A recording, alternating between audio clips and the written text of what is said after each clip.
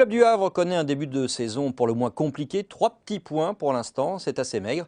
On va faire un point avec le conseiller sportif du président du Havre, Christophe Revaux. Christophe, ça fait plaisir de vous entendre. Comment allez-vous? Bonjour Christophe, très bien, merci, moi aussi. Quand on est ensemble, ça va toujours bien.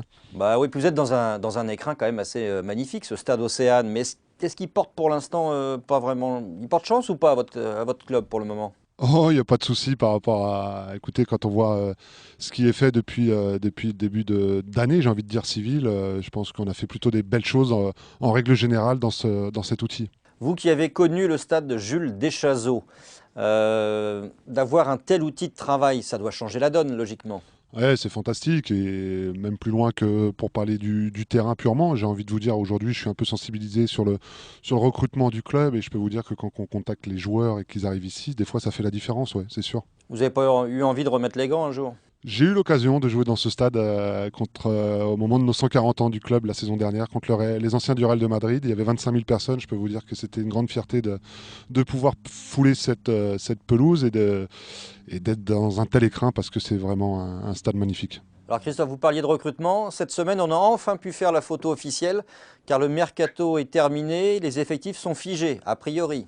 Ouais, mais vous savez, oui, tout à fait. Aujourd'hui, pour nous, c'est figé. Mais alors, le mercato s'arrête. Après, il y a les jokers. Et puis, dans 2 mois, on va commencer à nous reparler du mercato d'hiver. Enfin, bon, oui, le mercato est terminé. Je trouve, pour ma part, que c'est un peu trop long. Je rejoins certains dirigeants du football ou voire entraîneurs que je pense qu'il devrait débuter un peu plus tôt, dès la fin du championnat, ou au moins début juin, et s'arrêter dès la reprise du championnat, parce que pour les coachs, c'est compliqué. Alors j'aimerais savoir un petit peu vers quoi vous dirigez définitivement, j'allais dire. Vous avez tâtonné, vous êtes passé aussi par l'entraînement. Est-ce que être sur le banc, finalement, c'est pas votre truc plus que ça? Non, j'ai fait un intermède exactement de 7 matchs la saison dernière pour rendre service au club. Mais aujourd'hui, si j'ai duré longtemps dans le rôle de joueur de foot, c'est parce que j'ai eu une formation à la base et au HAC. Et aujourd'hui, je pense que pour être entraîneur et durer, il faut avoir une formation. S'il y a des formations à faire, c'est qu'il y a une raison. Et moi, au jour d'aujourd'hui, je n'ai pas un seul diplôme. Donc voilà. Et aujourd'hui, je suis quand même au contact journalier de l'équipe, puisque je suis responsable de toute la section sportive, j'ai envie de dire, des pros, la formation, enfin du recrutement. Il y a une multitude de tâches, oui. Mais faire un jour comme Alexander Wenzel, votre ancien mentor aussi quelque part, d'être entraîneur des gardiens par exemple, ça c'est trop spécifique, c'est trop réducteur à vos yeux? Ah non, pas réducteur du tout, c'est un vrai métier. Non mais dans votre approche de l'après-carrière. Écoutez, il y a beaucoup de gens qui m'en ont parlé parce que j'étais gardien. Pourquoi tu ne deviens pas entraîneur de gardien? Mais après, déjà, il y a beaucoup de monde en place. Il y a des gens compétents. Et c'est pareil, il faut des formations. Et pour l'instant, j'y suis pas encore. Donc, mais bien sûr, être au contact des gardiens au quotidien ne me déplairait pas du tout. C'est quoi le rôle du conseiller technique du président au Havre? C'est un travail quotidien, sont faire des rapports sur des joueurs que vous avez pu voir, parce que c'est pas le titre de directeur sportif non plus. Non, mais il y a une relation directe avec la cellule de recrutement. Euh, donc après, une fois qu'on avance sur certains dossiers, par exemple, je vais valider avec cette cellule de recrutement. Je prends les contacts avec les agents, les clubs, les joueurs. Je suis aussi, je représente un petit peu le club au niveau du sportif, au niveau des partenaires, des actionnaires, des supporters. J'essaye de faire le lien aussi entre la formation et le staff pro. Enfin voilà, je vous dis, c'est pas monotone parce qu'il y a beaucoup de choses à faire. Et puis je suis en lien direct tous les jours avec le président pour lui rapporter un petit peu la vie du groupe. On vous sent ancré quand même dans ce club du Havre. Vous imaginez le même rôle ailleurs, dans un autre club? Non, c'est compliqué. Enfin, c'est compliqué, je sais pas, mais aujourd'hui, moi, c'est ma maison, j'ai envie de dire, j'y ai commencé, j'y ai fini. C'est un club qui m'a tout appris, donc j'ai envie de rendre un petit peu la monnaie de la pièce en leur apportant aujourd'hui un petit peu mon expérience de joueur. Et ben, j'essaye de le faire du mieux possible. Je suis encore jeune dans ce métier, j'ai envie de dire, dans ce nouveau métier, mais j'apprends tous les jours et c'est très intéressant de voir un peu l'envers du décor du football, parce que quand on est joueur, on s'occupe que de soi-même et que du terrain. Et là, quand on est derrière, des choses qu'on ne comprenait pas quand on était joueur, on les comprend un peu mieux quand on est directement impliqué dans les dossiers. Mais Christophe, vous trouvez que la jeune génération est demandeuse de conseils des anciens?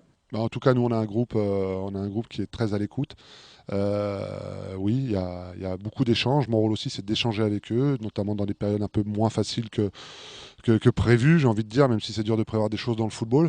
Mais voilà, leur apporter que des périodes aujourd'hui où on n'arrive pas à gagner, ça fait partie de la carrière, ça fait partie malheureusement du passage d'une saison et qu'il ne faut pas se mettre la tête sous terre pour autant. Christophe, vous êtes passé par le Paris Saint-Germain. Votre regard sur l'évolution de ce club? Bah, c'est extraordinaire.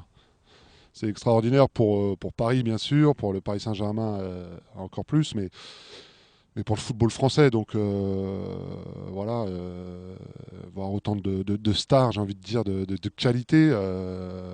En plus, nous, au Havre, on est qu'à 1h45 du parc, donc c'est facile d'aller les voir. Enfin, c'est facile, même si le parc est tout le temps plein, donc pour avoir des places, ça devient compliqué. Mais Bon, vous appelez Olivier Létang, vous avez dû le côtoyer. non, je ne l'ai pas côtoyé. C'est vrai que mon dernier contact à Paris, c'était Alain Roche, mais malheureusement, il n'y est plus. Mais voilà, c'est pour revenir à la question d'avoir une équipe comme ça dans notre capitale, pour moi c'est fabuleux. Christophe, Le Havre-Lens, ça c'est une belle affiche. Oui, complètement, complètement. C'est une des grosses affiches de ce début de saison. Lens qui tourne très très bien. On connaît la ferveur en plus que dégage cette équipe, ce club. Aujourd'hui, il y a beaucoup de Lensois qui sont attendus au Stade Océane pour ce week-end. Donc, j'espère que la fête sera belle dans les tribunes, mais surtout sur le terrain, quoi.